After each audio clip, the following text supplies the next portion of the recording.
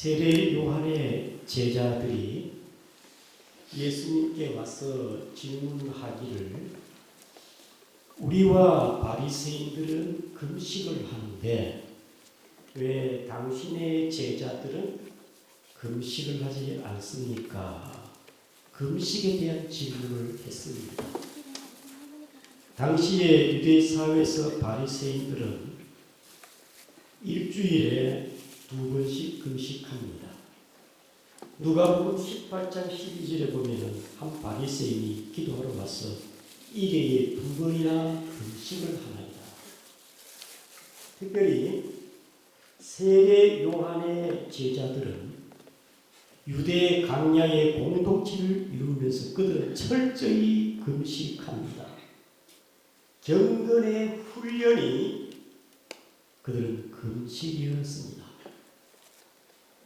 이렇게 이들이 볼 때에는 자기들은 철저히 금식을 하는데 예수님의 제자들은 순 엉터리 같습니다.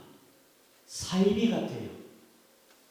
금식을 하지 않는 것처럼 보였던 것이지요. 당시에 바리새인들이나 유대인들이요 많이 외식적인 것입니다. 비록 그들은 금식을 하지만은 하나님 앞에 얼마나 진정성 있게 금식하고 있느냐. 그들이 기도할 때도요 회당이나 광장 사거리에 서서 손을 들고 하나님 앞에 기도합니다. 사람들이 많이 모이기 때문에 시끄럽고 웅성웅성하지 않겠습니까? 검은 옷 제복을 입고 있는 사람이 기도하면 조용히 해라. 지금 기도 중이다. 기도 중이다. 사람들에게 보이기 위해서 금식하는 거예요. 또 바리새인들은 구제를 열심히 합니다. 그들은 구제할 때에 나팔을 불어요. 그래서 사람들 나팔 부는 소리를 들고 지금 구제 시간이다.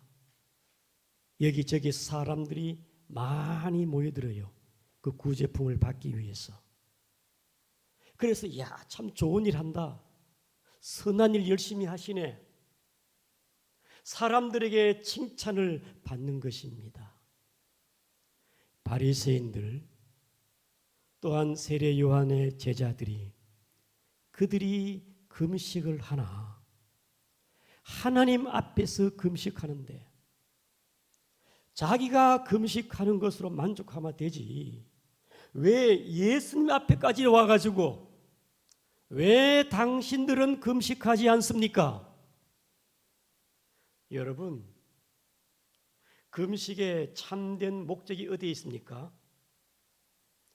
자신의 모습을 하나님 앞에 뉘우치고 회개하고 금식을 통하여 하나님과의 관계를 바로 하는 게 금식이 아니겠습니까? 그런데 금식하면서 사람들을 정죄하고 왜 당신들은 금식하지 않습니까? 사람들을 비판하고 금식 기도하지만은 입술로 범죄하는 것입니다. 그 기도 하나만 하지요. 금식하고 입술로 범죄하고 그리고 그들은 나 금식했다. 나 금식했다. 금식을 자랑합니다. 자기 의에 도취되어 있습니다. 여러분 40일 금식 기도하는 사람 대단하지 않습니까? 아무나 할 수 없습니다. 여러분 며칠은 금식할 수가 있어요. 일주일 쉽지 않습니다. 20일, 40일 금식한다. 이야, 40일 금식하더라도 자신을 쳐서 겸손하지 아니하면 자기 의에 도취될 수가 있습니다.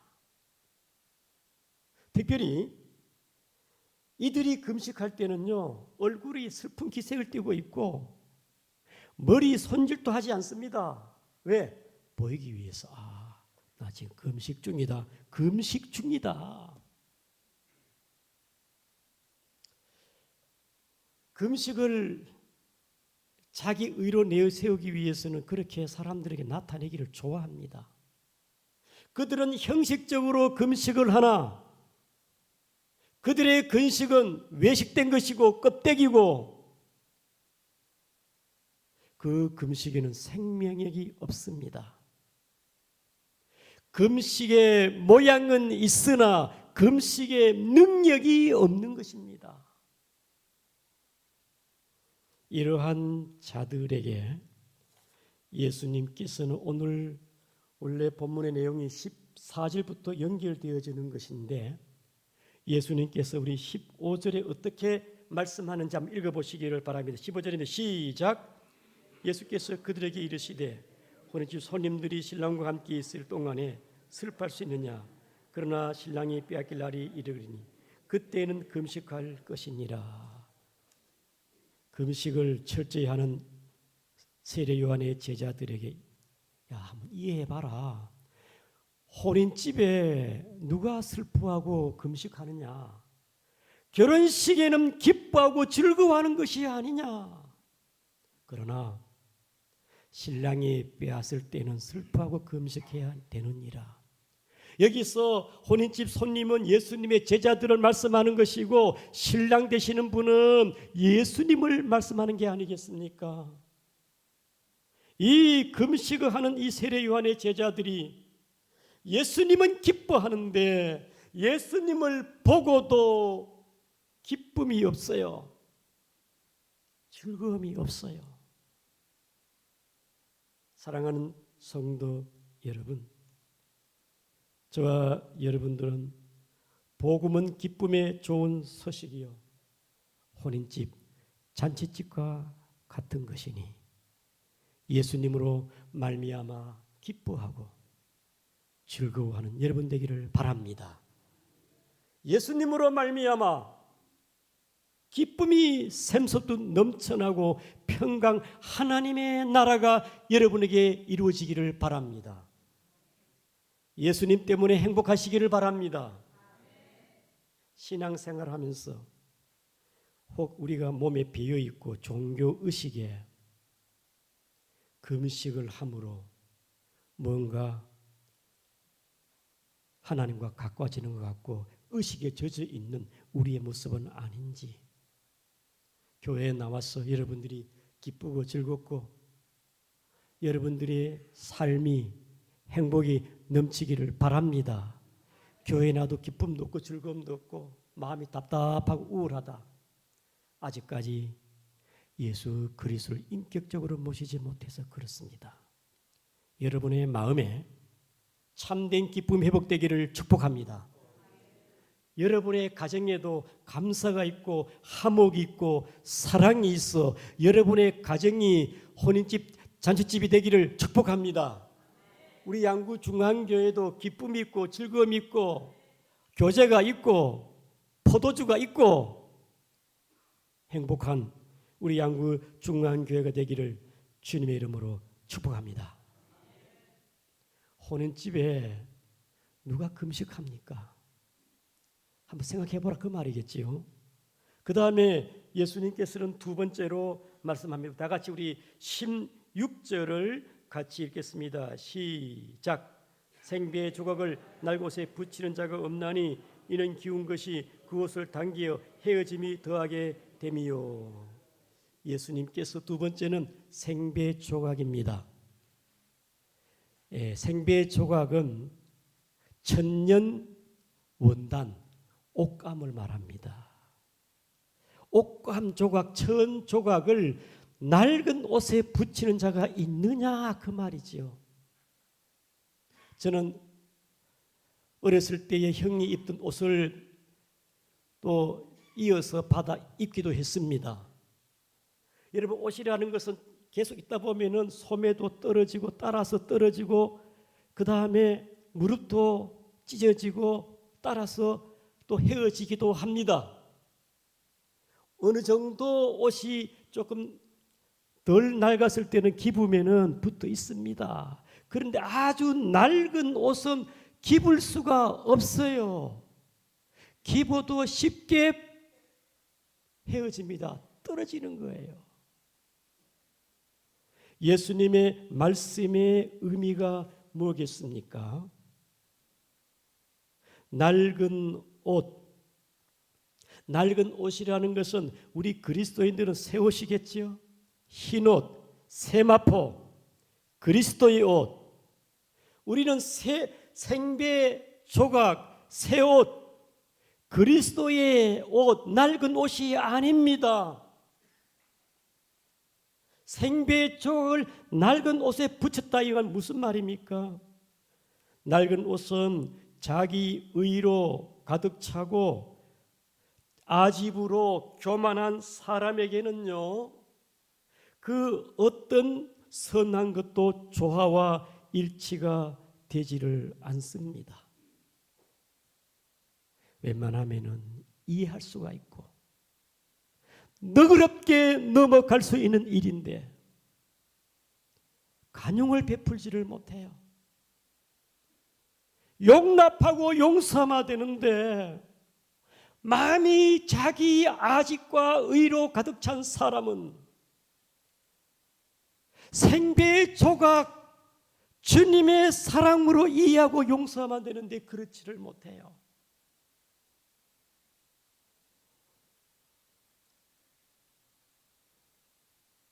한 공동체에서 서로 불미스러운 불화가 있어서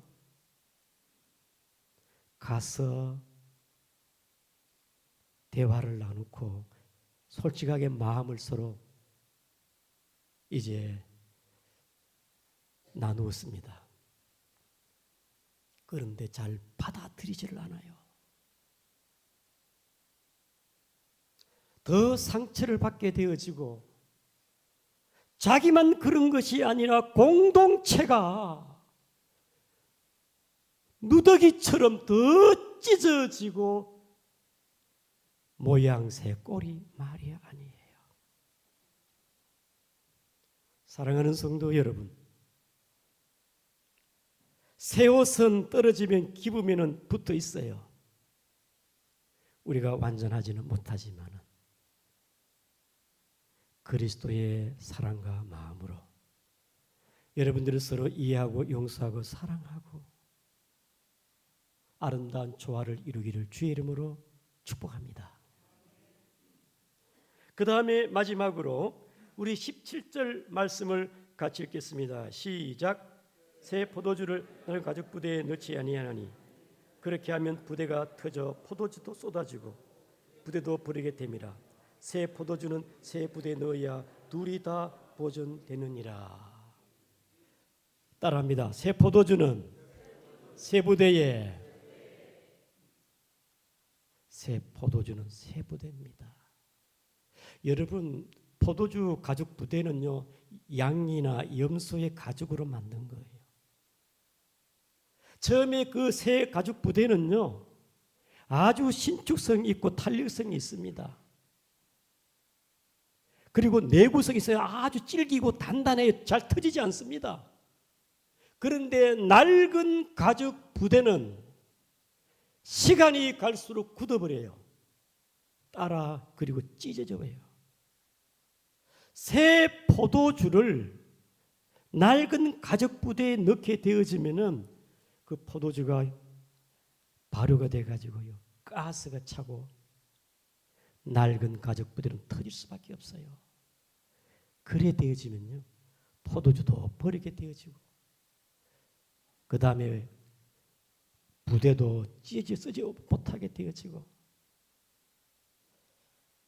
한 번은 포도주가 2리터짜리 물병에 담겨져 있었는데 그걸 한번 제가 열었습니다. 플라스틱 병이니까. 이런데 빵 하고 터지는데 온 방이 포도주라. 가스가 차가지고 뚜껑을 여니까 터진 거예요. 한 6분의 1 정도밖에 남지 않았어. 다 쏟아졌어요. 낡은 가죽 부대에는 포도주를 담을 수가 없습니다. 예수님께서는 새 포도주는 새 부대에 넣어야 되리라. 포도주를 담는 교회, 예수님을 복음을 담을 수 있는 교회, 그것은 새 가죽 부대만이 새 포도주를 담을 수가 있는 것입니다. 새 포도주는 복음이요 생명이요 영생이요 구원이요 하나님의 나라입니다. 교회는 영생과 구원 하나님의 나라를 소유하여 포도주가 맛을 내고 생명이 넘치는 교회가 되어야 될 줄 아시기를 바랍니다. 교회가 낡은 가죽 부대가 되어져 가지고 교회의 복음의 능력을 상실하면 되지 않습니까? 교회의 능력을 상실하면 되지 않습니다. 특별히 낡은 가죽 부대, 루터가 종교 개혁할 당시에 당시의 교회의 모습은 어떠했느냐? 그때의 교회는요, 성직 매매, 면죄부 판매, 절대적인 교황권의 권위, 95개의 항목을 비텐베르그 대학 정문에 붙였습니다. 교회가 얼마나 낡은 가죽 부대인지 그 안에 복음의 요소가 없어요. 새 포도주를 담을 수가 없습니다.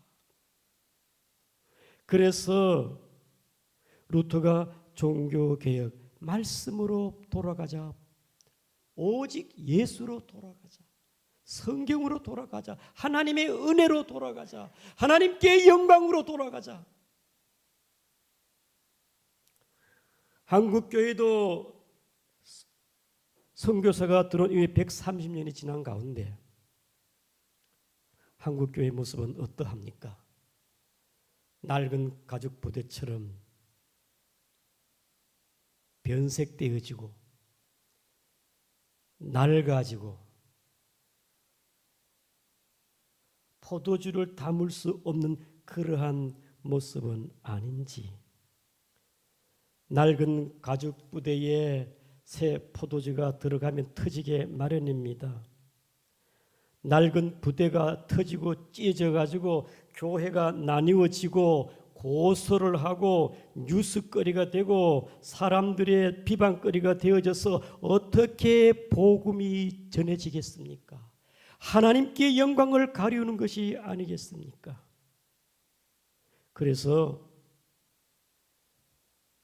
여러분, 다시 우리는 우리의 자신을 돌아보고 우리는 주님과 함께 신랑과 함께 그리스도의 새 옷으로 우리가 갈아입고 우리 교회가 새 포도주로 충만하기를 축복합니다. 여러분, 포도주는 즐거운 게 아니겠습니까? 포도주를 마시 기쁘고 즐겁잖아요. 마치 예수님의 제자들이 새술에 취한 것처럼 성령이 충만하고 기쁨이 충만한 은혜로운 교회, 우리 양구중앙교회가 되기를 축복합니다. 한국교회를 진단하며 성찰하는 가운데 학술단체나 모임에서 특별히 한국교회를 진단하면서 무엇이 문제냐? 첫 번째로 강단의 타락과 신학의 빈곤 부재였습니다. 목회자가 자신을 복종시키고 말씀에 사로잡혀 있지 아니하면은 현실에 안주하며 세속화와 인본주의에 평성하여 바른 설교를 할 수가 없습니다. 둘째는 이원론적인 삶입니다. 예수 믿으면 천국 간다. 그렇죠. 물론 예수 믿으면 천국 가지만은 그러나 예수 믿고 나서 우리의 삶에 예수 믿고 우리의 삶에 변화겠지 않습니까?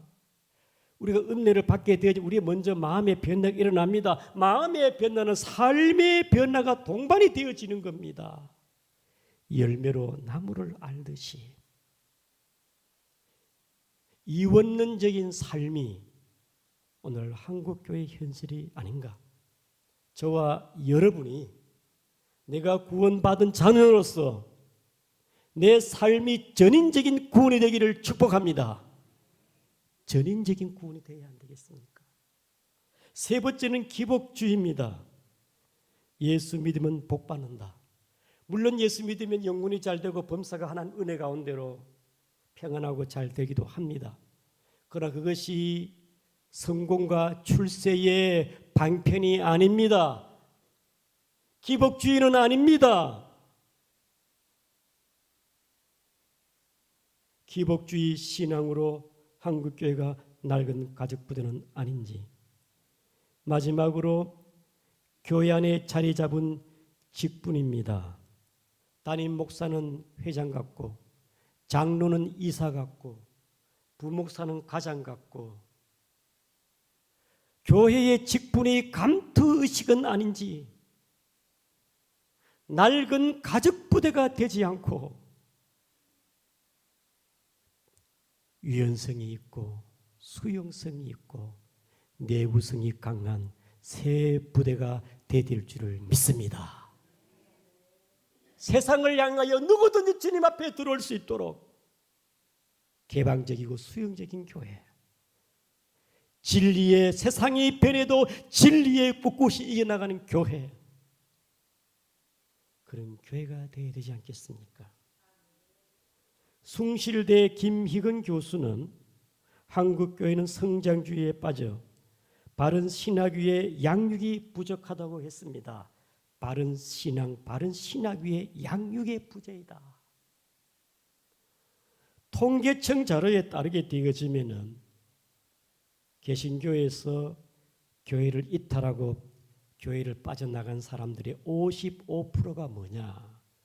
55%의 사람들이 교회가 배타적이고 이기적이고 물량주의적이라는 것입니다. 오늘 저와 여러분들은 다시 한번 주님의 말씀에 새 포도주는 새 부대에 넣어야 되리라. 우리의 마음이 낡은 옷은 아닌지, 내 마음은 낡은 가죽 부대는 아닌지, 예수님이 십자가에 죽으시고 부활한 우리의 삶이 어떠해야 되겠습니까? 새 포도주, 주님 주시는 새 포도주로 말미암아 생명과 기쁨과 능력으로 이 시대를 살아가는 저와 여러분 되기를 주님의 이름으로 축복합니다.